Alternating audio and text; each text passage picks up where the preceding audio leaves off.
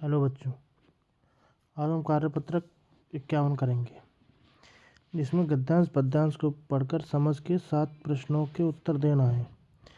तो कहानी है ये, प्रश्नों के उत्तर देना है ये। इस कहानी को आप लोग बच्चे पढ़ लेना और कहानी को पढ़कर अब इनके उत्तर हमें देना है। जैसे अमन ने व्यापार पर जाने से पहले सलीम के पास क्या छोड़ा था? लोहे की छड़ी छोड़ी थी। क्या? लोहे की छड़ी। दूसरा, असल में लोहे की छड़ी को क्या हुआ था? असल में क्या हुआ था? सलीम ने उसे अपने पास रख लिया था। सलीम के अनुसार छड़ी के साथ क्या हुआ था? कुछ चूहों ने खा लिया था। कुछ। इस कहानी में लालची कौन था? सलीम। अमन ने कहा, कोई बात नहीं, कोई भी चीज़ हमेशा नहीं रहती। यदि आप अमन की जगह होते तो क्या करते?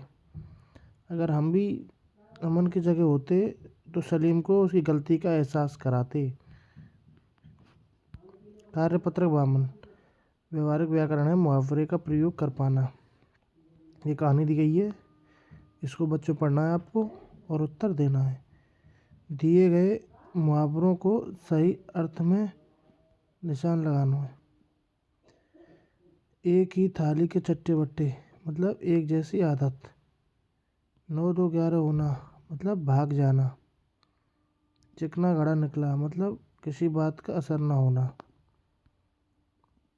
आपस में झगड़े में सब कुछ चौपट हो जाता है, सब कुछ बर्बाद हो जाना। घर के काम में सबको हाथ बटाना चाहिए। इसका मतलब क्या बच्चों? मदद करना चाहिए। मुसीबत में लोग आंखें फेर लेते हैं मतलब साथ छोड़ देते हैं। चोर ने पुलिस को आंखों में धूल झोंक दी मतलब धोखा देना। माँ गुस्से में लाल थी, बहुत गुस्सा होना। चेतक घोड़ा हवा से बातें करता था, बहुत तेज दौड़ना।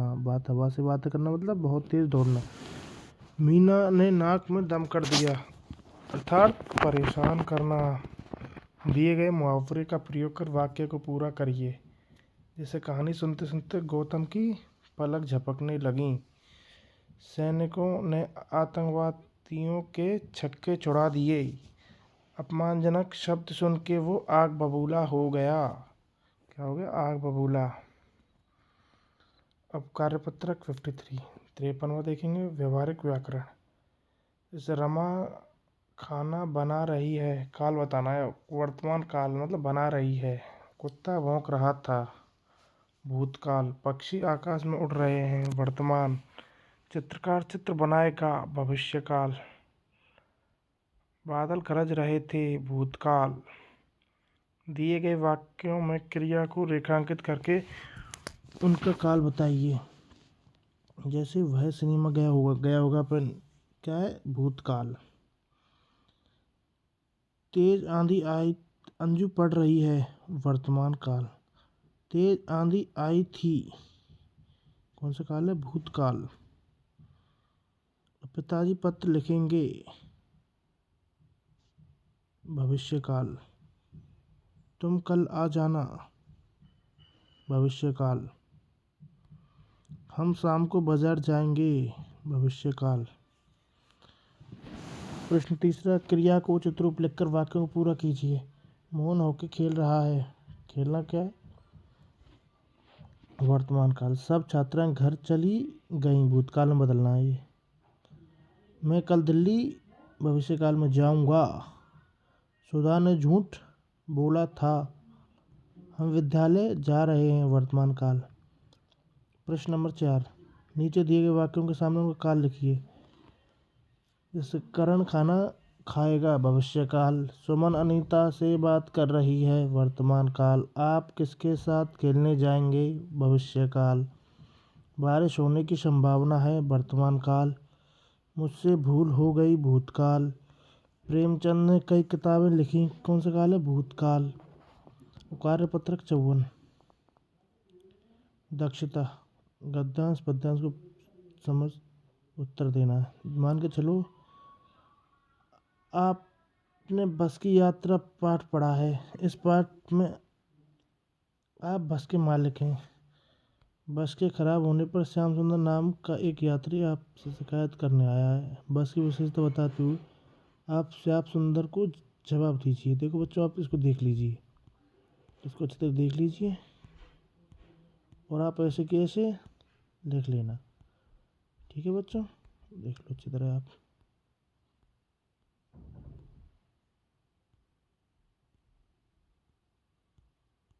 ऐसे कैसे लिख लेना इसको। कार्यपत्रक 55, नीचे लिखी कविता को कहानी में बदल कर लिखना।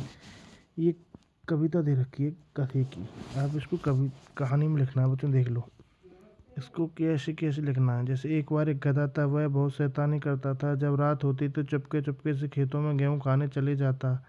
गेहूँ खाकर वह मौज मस्ती करता। एक दिन उसे शेर की खाल मिली और उसने वह खाल अपने शरीर पर डाल ली और खेतों की तरफ खाने के लिए चल दिया। खेतों में पहले से ही कुछ गधे चल रहे तो वह बोले चीपू चीपू। यह सुनकर खाल खाल पहना गधा भी करने लगा चीपू चीपू। यह सुनकर खेत का मालिक डंडा लेकर पैरों में जोर जोर से डंडा मारने लगा। जब जान आफत में आई तो वह बच के बचा के भागने लगा और गिरते पड़ते घर पहुंचा। मरते मरते उसके प्राण बचे। इस गलती के गधे को पश्चाताप हुआ। बच्चों आप इसको ऐसे कैसे लिख लेना, ठीक है। और आज कार्यपत्रक हमने 55 तक कराया है, आगे 56 से 60 तक कराएंगे बच्चों। 10 दिन में इसको हम पूरा करा देंगे। ठीक है बच्चों, धन्यवाद।